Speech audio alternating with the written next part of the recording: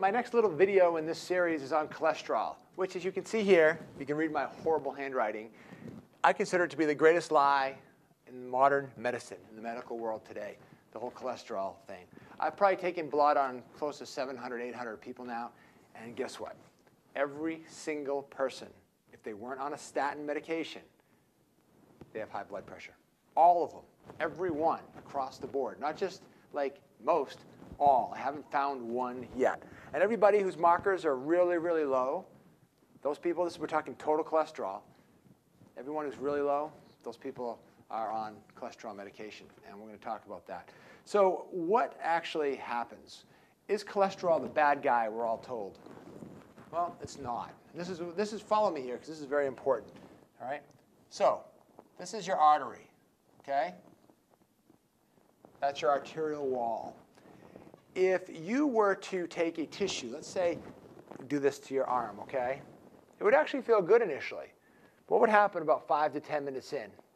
Maybe your arm would start to get red. What if I did this for 2, 3 hours? It would start to get irritated, right? It wouldn't be good. What if I did it for 4 or 5 days? Well, it would maybe start to bleed. It would start to have little holes in it. This is what happens in your arteries.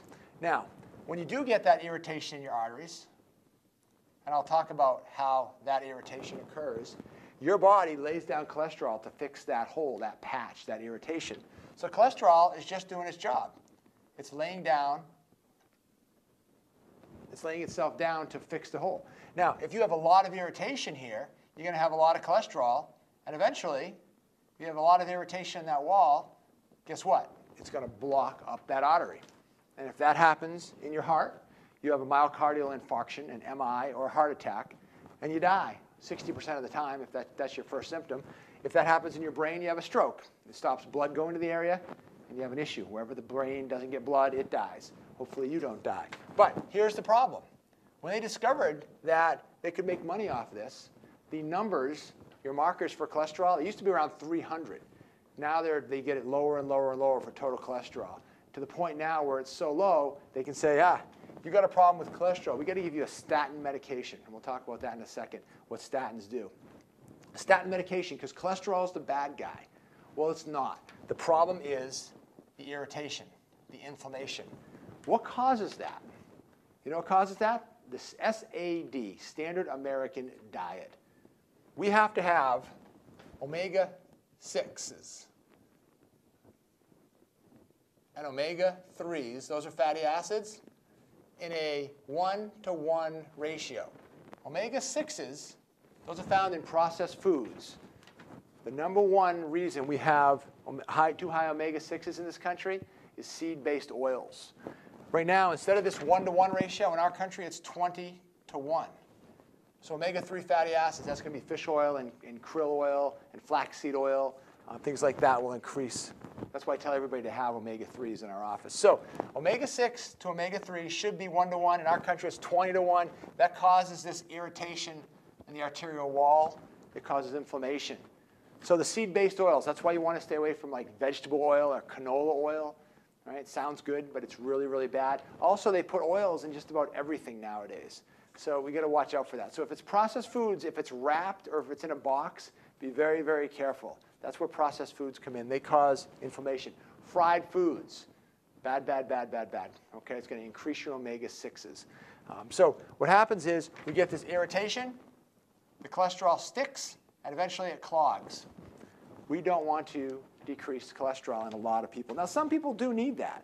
So what happens? They give you a statin medication because they're making billions of money on Mevacor, Simvastatin, all those medications that lower your cholesterol.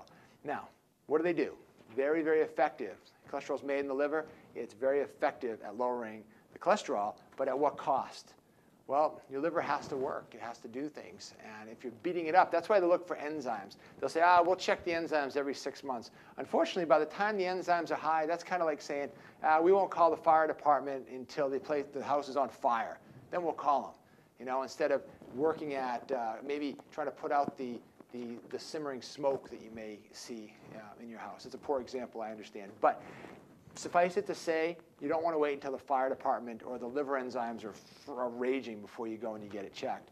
But the big problem is this. Statins decrease the production of CoQ10. CoQ10 is a substance that we use to make ATP. ATP is the gasoline for the human body. It is energy. That's why people on statins a lot of times have aches and pains in their arms and their legs. And it's a problem. They're basically killing themselves. So they're going to sell the statins to decrease the cholesterol and not talk to you about diet. All right? So it's up to you. It's your choice. You can get on medication. And if you're on that, I can't tell you to get off of it. I never will. But I can give you information so you can make your own mind up. You can get on medication. You can do it that way. Or you can get your diet right, lose that belly fat, get energy back, and cut down on this irritation. So the cholesterol has nowhere to stick. Very, very important. I hope you found this one interesting, and we'll talk to you soon via video. Thank you.